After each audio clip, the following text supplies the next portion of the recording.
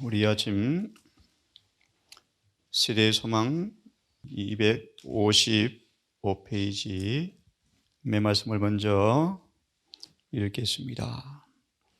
255페이지 회당에서 예수께서는 당신이 세우려고 오셨던 부분부터 좀 읽겠습니다. 회당에서 예수께서 당신이 세우려고 오셨던 나라와 사단에게 포로된 자를 자유하게 하기 위한 당신의 사명에 대하여 말씀하셨다. 예수의 말씀은 공포에 질린 비명으로 말미암아 중단되었다. 어떤 광인이 사람들 가운데서 뛰쳐나오면서 나사렛 예수여, 우리가 당신과 무슨 관계가 있나이까? 우리를 멸하러 왔나이까? 나는 당신이 누구인 줄 아노니 하나님의 거룩한 자니다 라고 외쳤다. 모든 사람은 이제 혼란과 경악 속에 빠지게 되었고, 사람들의 주의가 그리스도에게로 돌아섰고, 말씀이 더 이상 유의하지 않았으며, 이것이 사단이 광인자를 인도한 목적이었다. 거룩한 하늘의 빛이 비치는 동안에 사단은 사람들을 혼란과 경악 속에 빠뜨려서 그들의 주의를 이끌어서 예수의 말씀을 더 이상 유의하지 않도록 한 것이 마귀의 목적이었다. 그래서 집회가 중단되었습니다. 그러나 예수께서는 사귀를 책망하시고 이렇게 말씀하셨다. 잠잠하고 그 사람에게서 나오라 하시니 귀신이 그 사람 중에 무리 중에 넘어뜨리고 나오되 그 사람은 상하지 아니한지라. 하늘이 임하고 있었습니다. 하늘나라가 이미 건설되고 있었습니다. 그들의 목전에 사단의 왕국이 파괴되어지고 당신의 나라가 이루어진 사실을 눈으로 보고 있는 그런 광경입니다. 요약하겠습니다. 예수 임재 앞에 이 광인이 인도되자 사단의 목적은 좌절되어지는 모습인데요, 이 광인 앞에 주의 임재는 한 줄기 빛이 암흑을 꿰뚫었다. 설명이 불가능하죠. 성의 은혜가 이 광인자의 마음속에도 임하였습니다. 그렇죠? 그때 이 광인자는 자유를 갈망하는 마음이 그에게 일어났다. 은혜죠, 은혜. 우리 은혜를 설명할 길이 없습니다. 하지만 여러분 경험될 수 있죠. 만져볼 수 있죠. 주의 임재를 통한 빛이 암흑을 깨뚫고 임하자 자유를 갈망하는 마음이 일어났다. 하지만 귀신이 저항합니다. 주여 나를 도우소서라는 호소를 하려고 할 때마다 사단은 자신의 말을 입에 넣어 주었다. 투쟁은 치열합니다. 공포의 괴로움 가운데 귀신 들린 사람은 자기를 자유케 할 수 있는 분이 앞에 계신다는 사실을 얼마간 알고 있었지만 손을 붙잡을 수 있는 범위에 내에 가리고 애쓸 때마다 또 다른 의지가 그를 붙들어서 다른 말이 입 밖으로 튀어나오게 만들었다. 처절한 포로의 모습이죠.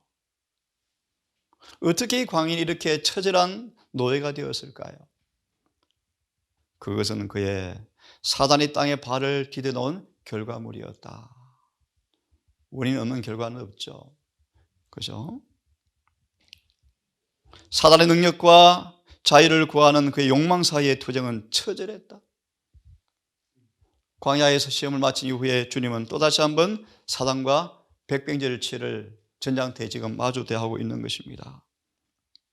사단은 여기에서 패배하면 예수께 승리를 안겨줄 것을 깨닫고 온 힘을 다하지만 그 다음 문단 56페이지 중간에 보시면 고통을 당한 그 사람은 인격을 파멸시켜온 원수의 투쟁에서 목숨을 잃을 것만 같았다. 예수께서 왜 이 처절한 싸움을 그대로 좀 보여주고 계실까요? 나중에 보겠지만 사실 이 광인보다 더 무서운 상태는 사단의 단단한 포로가 되어 있지만 느끼지 못하는 희망이 없는 유대인들의 모습이었습니다. 구주를 거절하고 구주를 영접하지 않을 때 이루어지는 처절한 노예의 모습을 주님께서 여실히 보여주는 이런 광경입니다.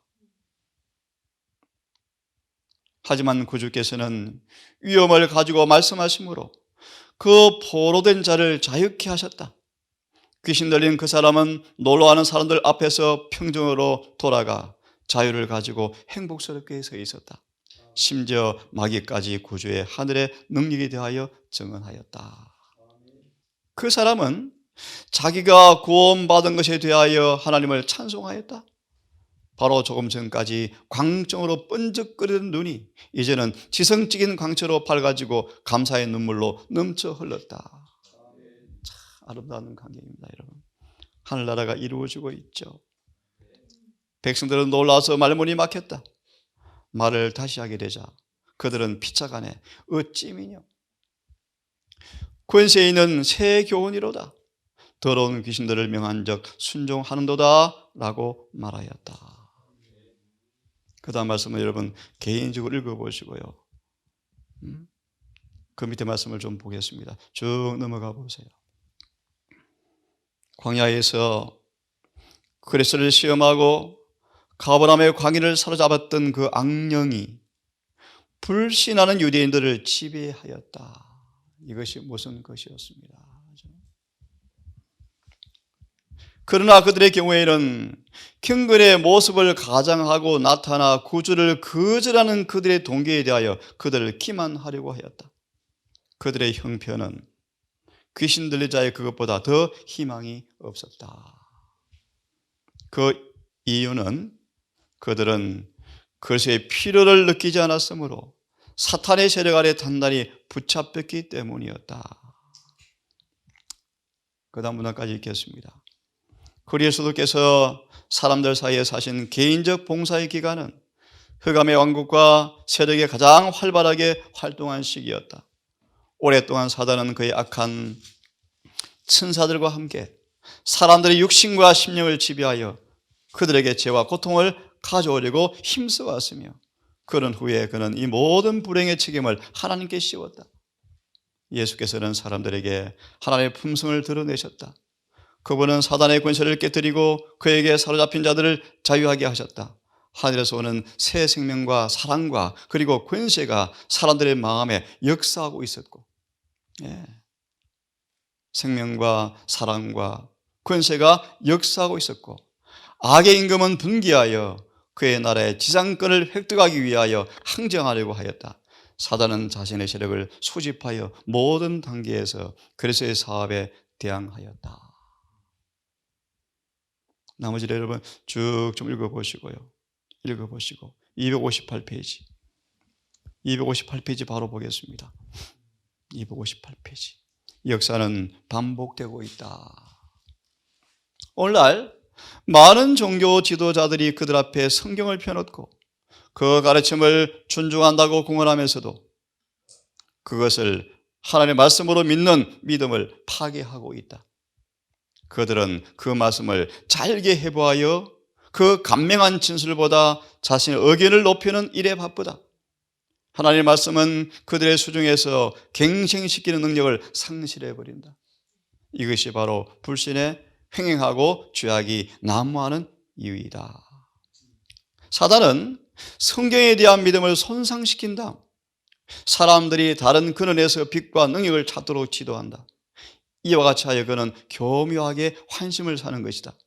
성경의 명료한 가르침과 하나님의 성령에 자각시키는 능력에서 돌아서는 자들은 마귀의 지배를 자초하고 있는 것이다. 성경에 대한 비평과 공론은 강신술과 접신학, 고대 이교조의 현대화된 형태들에 대해서 길을 열어서 심지어 우리 주 예수 그리스도를 믿노라 공언하는 교회까지 발판을 얻게 되었다. 그 다음 생각하고요. 그 밑에 말씀을 보십시오. 우리가 사악한 자를 이기는 데 사용할 수 있는 방법은 그리스도께서 이기신 방법, 곧 말씀의 능력이다. 하나님께서 우리가 우리의 동의 없이는 우리의 마음을 지배하지 않으신다. 그러나 우리가 그분의 뜻을 알고 행하기를 원한다면 진리를 알지니 진리가 너희를 자유케 하리라. 사람이 하나님의 뜻을 행하려 하면 이 교훈을 알리라는 그 약속이 우리의 것이 된다. 이런 약속들을 믿음으로 말미암아 모든 사람이 오류의 함정과 죄의 지배에서 구원을 받을 수가 있다. 그 다음 문단까지 보겠습니다. 각 사람은 어떤 권세가 자신을 지배하도록 할 것인지 선택할 자유가 있다. 아무리 깊이 타락하고 죄악적인 사람일지라도 그리스도 안에서 구원을 발견할 수가 있다. 귀신 들린 자는 기도 대신에 사단의 말만을 할 수 있을 뿐이었다. 하지만 그 마음속에 말 없는 호소는 들렸다. 필요를 느끼는 영혼에 외치는 소리는 그것이 비록 말로 표현되지 못했을지라도 무시되지 않을 것이다. 하늘의 하나님과 언약 관계에 들어가기로 동의하는 사람들은 사탄의 능력이나 그를 자신의 연약한 성정대로 행하도록 내버려지지 않는다. 그들은 나의 힘을 의지하고 나와 화친하며 나로 더불어 화친할 것이라 라는 구주의 초대를 받고 있다. 흑암의 영들이 한때 자신들의 지배하에 있었던 그 영혼과 싸울 것이나 하나님의 천사들이 우시한 힘을 가지고 그 영혼을 위하여 대항할 것이다. 주께서는 용사의 빼앗은 것을 어떻게 도로 빼앗으며 승리자에게 사로잡힌 자를 어떻게 건져낼 수 있으랴마는 나 여호와가 이같이 말하노라. 용사의 포로도 빼앗을 것이요 강포자의 빼앗은 것도 건져낼 것이니 이는 내가 너를 대적하는 자를 대적하고 내 자녀를 내가 구원할 것임이라 라고 말씀하셨다. 오늘 이 말씀을 중심으로 조금 교훈을 좀 배워보겠습니다. 예수님은 진지하고 열정적이었고 매 말씀마다 뚜렷한 목적으로 말씀하셨습니다. 그분은 새로운 계시를 말씀한 것이 아니었고 구약의 모든 진리를 시내산의 율법과 일치되는 모습으로 재배치하셨습니다. 그분은 절대로 죄인에게 아첨하지 않았습니다. 진리를 늘 사랑과 동정으로 말씀하셔서 그들은 주님의 그 빛이 그들의 마음속에 확증할 수 있도록 그들은 느끼고 깨달았습니다. 깜깜한 흑암에 행하던 백성에게 큰 빛이 비추었습니다. 사마의 그들의 앉은 자에게 빛이 빛이었습니다. 누가복음 말씀처럼 평강의 길로 인도하는 사랑의 빛이 그들을 찾아왔습니다. 여러분에게도 여러분 성경 말씀처럼 각 사람에게 빛이 빛이었다라고 말합니다. 여러분 주님을 믿게 된 계기가 어떤 빛이었습니까? 심령을 구석구석 비추어서 죄에 대한 자각을, 그래서 마음과 뜻을 거룩한 사물에 붙들어 매게 하는 은혜를 여러분 오늘도 이 아침도 보기를 바랍니다. 의의를 깨닫고 죄악과 불義를 깨닫고 살피는 거룩한 말씀 앞에 인간은 거룩한 두려움이 임하게 되어집니다. 그분의 사랑과 신성의 아름다움과 순결을 깨닫고 정결하게 되고 싶어, 그분과 교제하고 싶어 라는 사모하는 마음이 우리 속에 이루어진다. 주님은 이런 사명을 가지고 오셨습니다. 그분의 모든 교리와 설교는 시내산의 율법과 완전히 조화되는 말씀이었습니다. 주님은 오류의 틀을 완전히 벗어나 새로운 배경 가운데 놓인 진리를 우리에게 다 제시한다고 어제 말씀 보았습니까? 예수의 모든 가르침은 율법에 순종하는 길로 인도하신다. 다른 진리가 없죠. 예수님은 고귀한 보석을 주었습니다. 하지만 사단은 사람을 통하여 미신과 오류의 쓰레기 속에 진리를 묻어두었다. 예수님 당시에 그랬죠. 그렇죠? 주님은 생명의 말씀을 주었지만 저들은 말씀대로 살지 않았다. 인간의 유전으로 진리가 감추어서 주님은 사람들이 진리를 찾을 수 없을 것을 예측하셨다.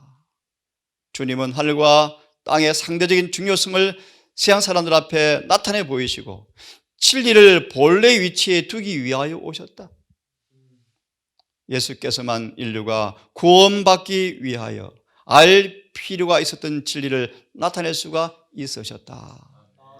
오직 주님께서만이 진리를 본래 체계 속에 넣을 수 있었으며 진리를 오류에서 벗어나게 하고 사람들에게 하늘의 빛 가운데서 진리를 밝히는 것이 주님의 사업이었다. 오늘날도 동일한 사업이 우리에게 주어져 있습니다. 예, 하나님 우리가 모두 구원받기를 바라시죠. 그 구원이 뭐와 연결되어 있다는 사실입니까, 여러분? 진리를 아는 데 달려있다. 함께 읽어보겠습니다. 시작. 실물교원 111페이지 시작. 우리의 구원은 성경 안에 있는 진리를 아는 데 달려있다. 우리가 진리를 갖는 것이 하나님의 뜻이다. 찾아라. 갈급하는 심령으로 보배로운 성경을 살펴보라. 마치 광부가 금광맥을 찾기 위하여 땅을 파듯이 하나님의 말씀을 탐구하라. 하나님께 대한 그대의 관계가 그대에 대한 하나님의 뜻이 무엇인지 확실히 알 때까지 탐구하는 일을 중단하지 말라. 아멘. 모든 사람이 구원을 받으며 진리를 아는 데 이르기를 원하노라.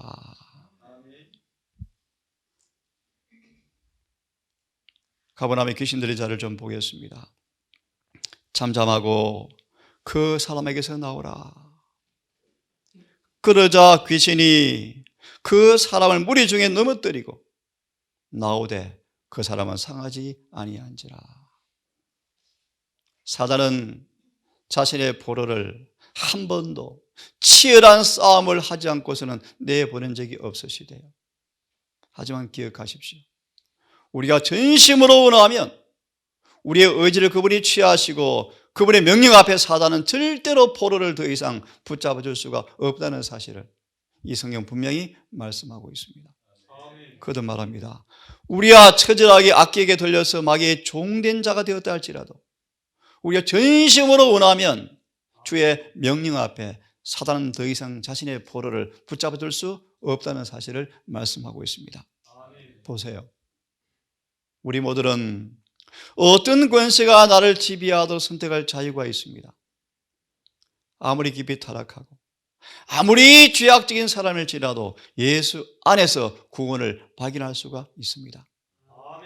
이 본문처럼 온 마음으로 원하지만 입 밖으로 주님께 호소를 던지기 원하지만 사단의 말만 할 수밖에 없을 정도로 처절하게 노예지만 놀라운 은혜입니다, 여러분.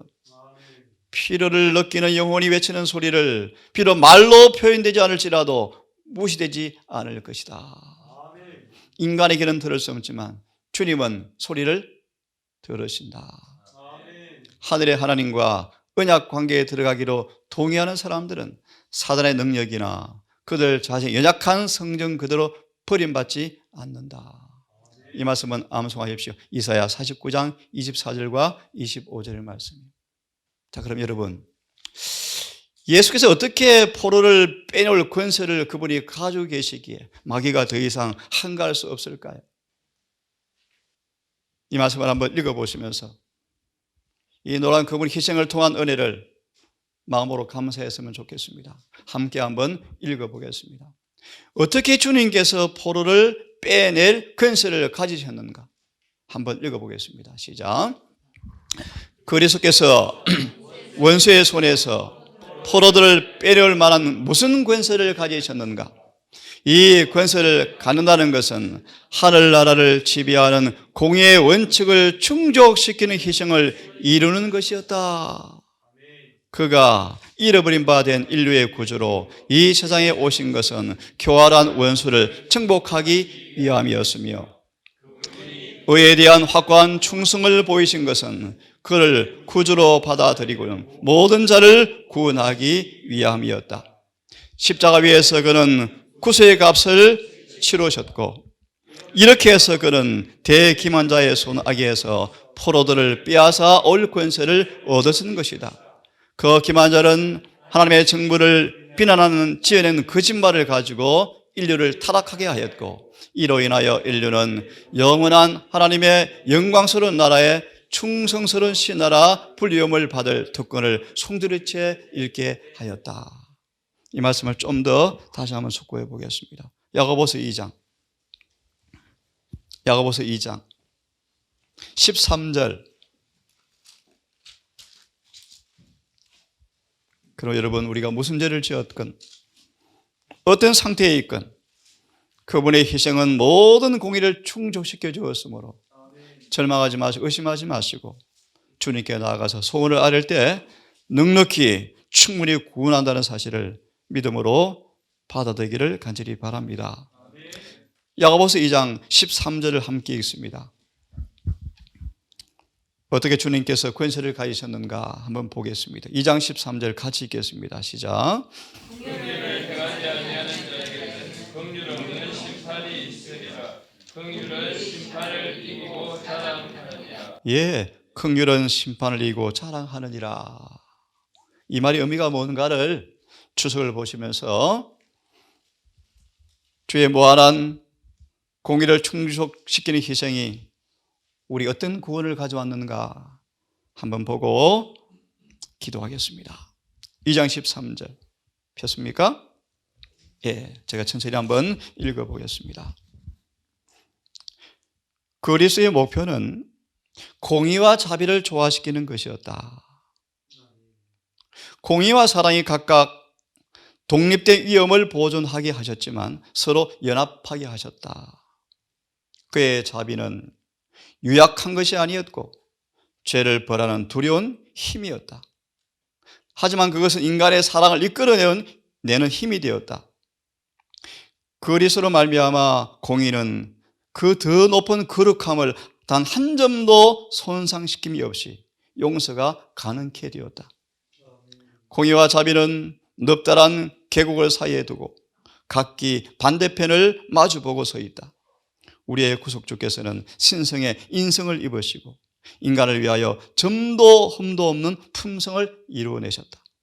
그리고 그는 하늘과 땅 사이에다 십자가를 심으시고 그것으로 하여금 그 두 길, 사랑과 공의를 끌어당겨 서로 만나게 하는 물건이 되게 하셨으며 그 깊은 수렁을 건너서 사랑과 공의를 한데 묶어 놓았다.